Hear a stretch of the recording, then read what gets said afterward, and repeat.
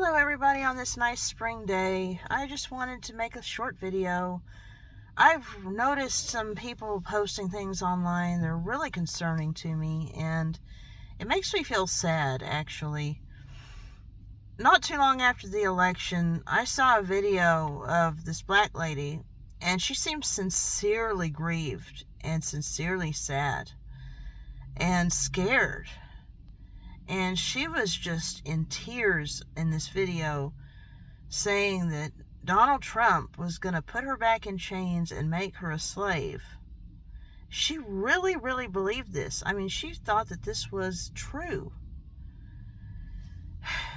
And then I felt terrible for her because I'm thinking, yes, it's silly and ridiculous and that's not going to happen and nobody wants that to happen. I mean, maybe a very few people that are like way out on the fringes, but nobody wants to make people slaves in the USA. I mean, that's silly. But she really honestly believed this, I think. And then a few days ago, I was looking at some of the pages on Facebook, and this one person said that, they were autistic and they were just terrified that they were going to get Action T forward, which means that they were afraid that the government was going to come to their house and drag them out and kill them for being autistic. That's not going to happen. It's not realistic. It's not reality. And it dawned on me that a lot of these people think that Donald Trump is literally Hitler. They actually believe they've taken an analogy, because I can understand, like, if you're a liberal or a leftist, you might think, well, and this is even silly to me, but they might think, okay, well, Donald Trump is like a Nazi, or the things that he's saying are Nazi-like, or they're, something like that. But they've taken it all the way, and they believe that he's an actual Nazi, has the same policies, and is going to come to their house, have them dragged out and killed. Which, that is so silly, guys. Now, the closest thing that I can think of that would be like that would be the fact that he is deporting a lot of illegal aliens. He's mostly focusing on criminal illegal aliens, but that's part of national security. And it's not to hurt anybody.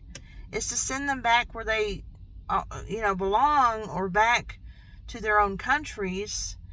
Or if they really did commit violent crimes, they belong in prison anyway. So, they may be either being sent to prison here, or they're going to be sent to prison in their own countries, or something like that. But that's not going to the house of innocent people and dragging them out and killing them. And it's not just rounding up whole groups of people for slaughter or anything.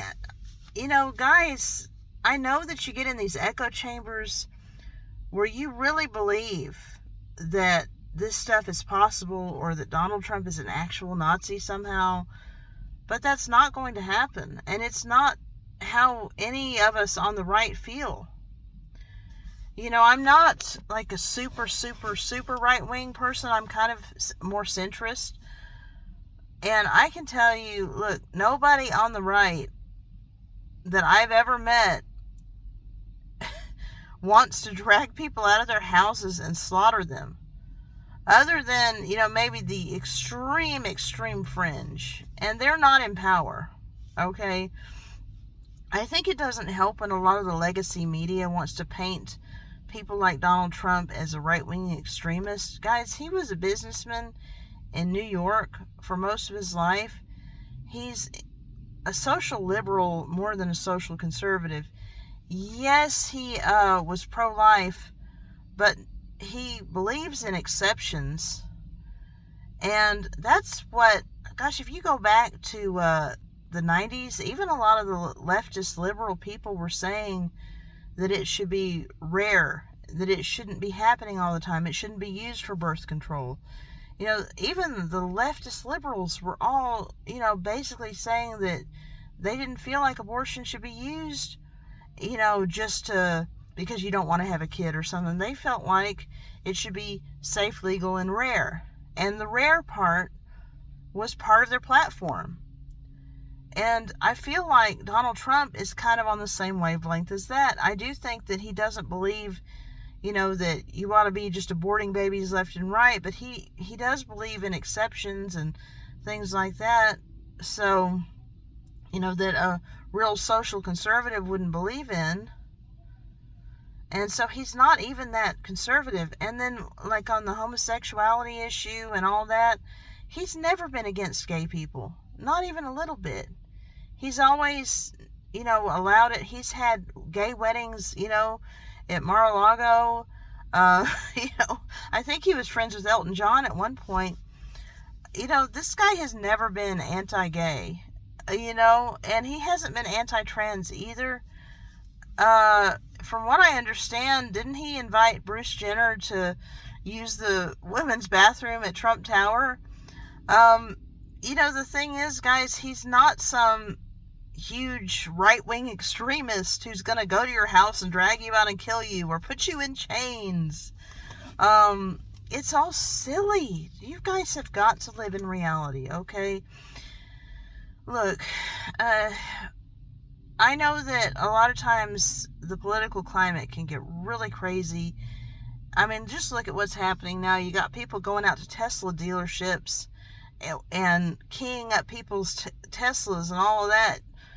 And, guys, I know that January 6th was a little bit over the top. But other than that, I mean, in general speaking, do you see anybody in the right wing really acting a fool like that? I mean, come on, guys. And even a lot of those people didn't do anything violent. The only person who died on that day was one of the Trump supporters, Ashley Babbitt. So, if you can, and that's supposed to be the worst right-wing thing that happened in a long time. I mean, guys, relax. Nobody's coming to get you. And you're going to be just fine. You're going to be okay. All right, just relax. Nobody's out to get you. Okay, bye-bye.